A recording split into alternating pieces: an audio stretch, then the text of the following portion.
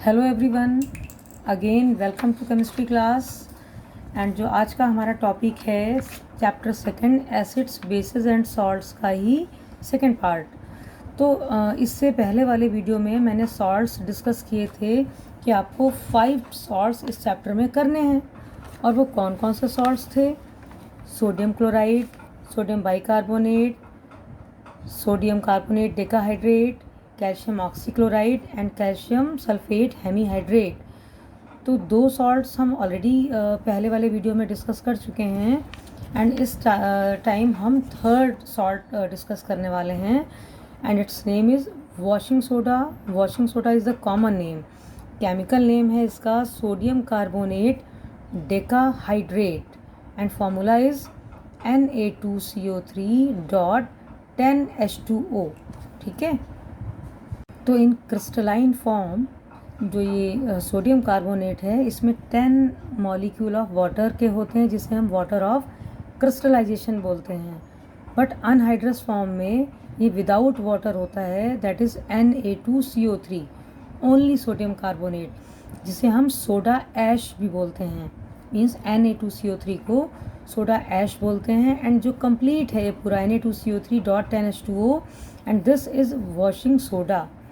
और इसे हम कैसे मैन्युफैक्चर करते हैं सोडियम कार्बोनेट को? तो सोडियम कार्बोनेट इज़ मैन्युफैक्चर्ड और prepared by Solvay process. Process का नाम है सॉल्वे प्रोसेस एंड जो फर्स्ट रिएक्शन है वो सेम ही है एज इन सोडियम बाइकार्बोनेट।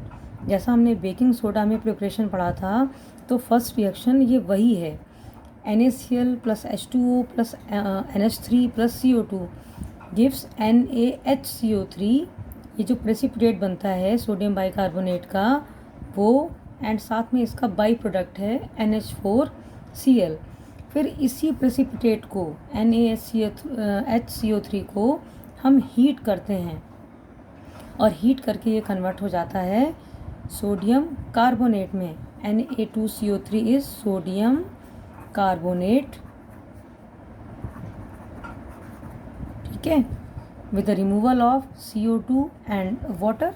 ठीक है, और इसी का जब हम रिक्रिस्टलाइजेशन करते हैं, मतलब क्रिस्टल फॉर्म में इसको हमें लाना होता है, तो Na2CO3 प्लस 10H2O, वो 10 वाटर मॉलिक्यूल इसके साथ हम ऐड कर देते हैं।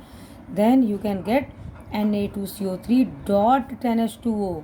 डॉट मीन्स इसके साथ ही है 10 वाटर मॉलिक्यूल्स, तो it is sodium carbonate decahydrate, that is washing soda.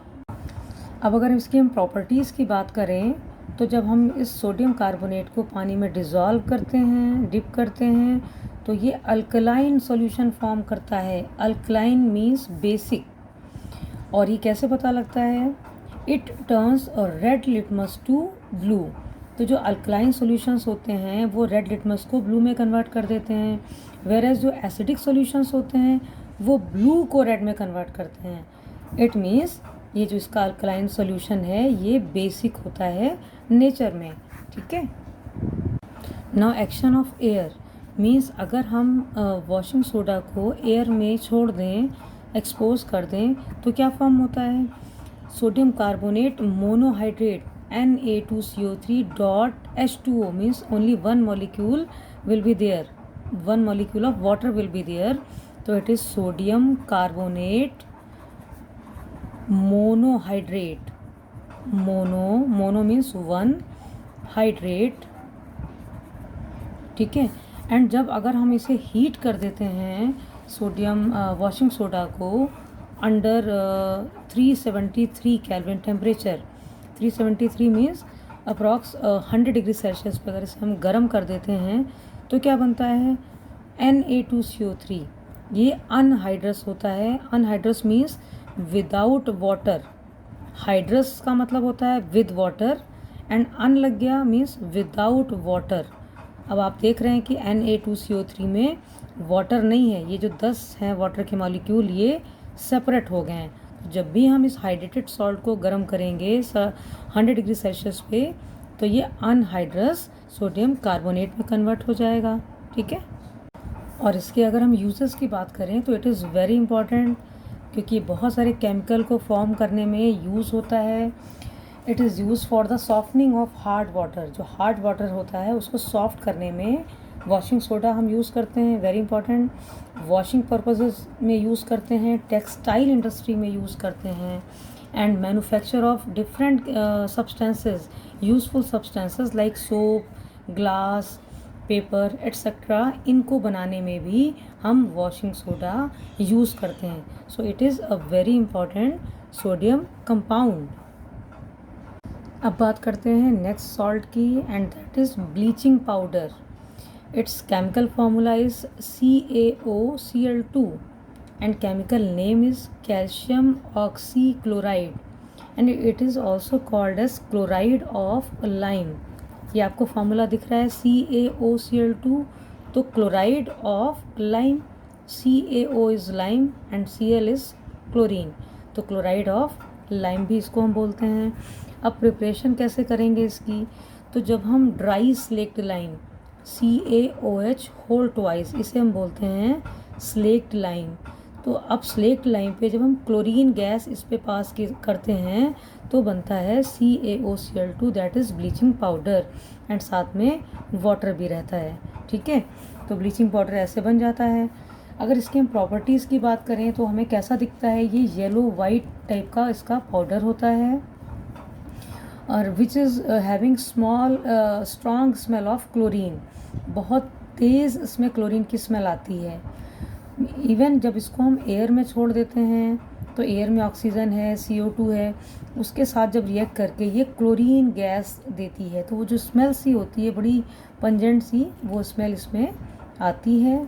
ठीक है, और यही क्लोरीन गैस ही जो ब्लीचिंग एक्शन के लिए भी रिस्पॉन्सिबल होती है। जैसे कि नाम में ही है ब्लीचिंग पाउडर, इट मीन्स ये ब्लीच करने के लिए यूज़ होता है सब्सटेंस, और ब्लीच भी किसकी वजह से करता है, बिकॉज ऑफ क्लोरीन। ठीक है, अभी यूजेस, तो it is used for bleaching cotton, linen, in textile industry, even ये वुड पल्प को भी ब्लीच कर देता है। ठीक है, तो बहुत इम्पॉर्टेंट है ये ब्लीचिंग पाउडर। ये डिसइंफेक्टेंट का भी काम करता है फॉर ड्रिंकिंग वाटर। जो पानी पीने वाला होता है उसमें अगर कुछ डिसइंफेक्शंस होते हैं, कुछ जर्म्स होते हैं, तो उसको भी ये क्लीन कर देता है। Oxidising agent in laboratory, chemistry lab में जो इसको एक एज एन केमिकल यूज़ करते हैं ऑक्सीडाइजिंग एजेंट की फॉर्म में, तो उसमें भी यूज़ होता है। And manufacture of chloroform, chloroform that is CHCl3, बहुत कॉमन है, सभी ने सुना होगा क्लोरोफॉर्म, जो किसी को फेंट करने के लिए, बेहोश करने के लिए ये पहले के टाइम में यूज़ करते थे क्लोरोफॉर्म। अब इस पे बैन लग गया है क्योंकि बहुत पॉइजनस होता है, तो उसको मैन्युफैक्चर करने के लिए भी ब्लीचिंग पाउडर यूज़ होता है। इसके अलावा भी बहुत सारे इसके यूजेस हैं, so that's why this is very important salt. ठीक है, नाउ लास्ट सॉल्ट है जो हमें पढ़ना है, that is plaster of Paris, and in short इसको हम बोलते हैं POP, वेरी कॉमन POP। ठीक है, एंड इसका जो केमिकल नेम है that is calcium sulphate hemihydrate, and formula is CaSO4 dot half H2O, half for hemi, hydrate for water molecule, and CaSO4 is calcium sulfate। तो इसको हम prepare कैसे करते हैं, बहुत सिंपल सा इसका मेथड है। Gypsum CaSO4 dot 2H2O, gypsum है इसका नाम। जब हम जिप्सम को 373 केल्विन टेम्परेचर पे हीट करते हैं, ठीक है, तो बनता है POP और प्लास्टर ऑफ पेरिस, एंड साथ में 1.5 molecule of water remove out हो जाता है। वन प्रिकॉशन इज़ देयर, अगर टेम्परेचर 373 से हाई जाता है, इससे ऊपर अगर हम इस जिप्सम को हीट करते हैं तो जो ये हाफ वाटर मॉलिक्यूल है ये भी निकल जाएगा। मीन्स तब उस केस में सिर्फ अनहाइड्रस कैल्शियम सल्फेट रह जाता है, means CaSO4 without any water molecule. तो इसलिए it is necessary to heating up to only 100 degree Celsius और 373 केल्विन। ठीक है, तो इससे हम प्रिपेयर कर सकते हैं POP को। अब बात करते हैं प्लास्टर ऑफ पेरिस की प्रॉपर्टीज़ की एंड यूजेस की। तो जो प्रॉपर्टीज़ की हम बात करें तो ये वाइट कलर का पाउडर होता है पीओपी, और ये वाटर को एब्जॉर्ब करता है, ठीक है। एंड जब हम इसको पानी के साथ इसको मिक्स करते हैं तो क्या होता है, एक हार्ड मास वाइट कलर का पेस्ट जैसा बन जाता है, जिसे हम कह देते हैं setting of POP. And due to the formation of gypsum, means जो वाइट कलर का पाउडर है जब हम पानी में मिक्स करते हैं तो हार्ड वाइट कलर का जिप्सम में कन्वर्ट हो जाता है, ठीक। नाउ यूजेस ऑफ पीओपी, तो it is use for making moulds for toys, pottery, ceramics, ठीक है। जो टॉयज़ के मोल्ड वगैरह होते हैं, सांचे जिनको बोलते हैं, उनको बनाने में ये पीओपी यूज़ होता है। डेकोरेटिव मटेरियल्स, वास वगैरह जो बनाते हैं वो भी पीओपी के बनाते हैं। मेडिकल एप्लीकेशन, जो बोन्स वगैरह फ्रैक्चर हो जाती हैं, ठीक है, उनमें जो प्लास्टर चढ़ाया जाता है वो प्लास्टर ही पीओपी होता है, जो फ्रैक्चर्ड बोन्स को सेट करने के लिए, ठीक है, पीओपी यूज़ करते हैं। It is also used for sealing air gaps in apparatus to make air tight in laboratories. तो जो लेबोरेटरीज़ में जो एपरेटस वगैरह होते हैं जिनमें कुछ गैप आ जाते हैं, तो उसको गैप को बंद करने के लिए, सील करने के लिए भी हम पीओपी अप्लाई कर देते हैं। तो ये पीओपी के यूजेस थे, ठीक है। तो मीन्स अब हमने जितने भी सॉल्ट्स किए हैं, जो 5 सॉल्ट्स हैं, उन सारे सॉल्ट्स के हमें पहले प्रिपरेशन करनी है, उनका क्या केमिकल नेम है, क्या केमिकल फार्मूला है, ठीक है, क्या प्रॉपर्टीज़ हैं और इनके यूजेस क्या क्या हैं। तो these are very very important topics for your board exams, ठीक है। तो आई होप ये सारे टॉपिक आपको क्लियर हो गए होंगे, ठीक है। तो थैंक यू फॉर वॉचिंग।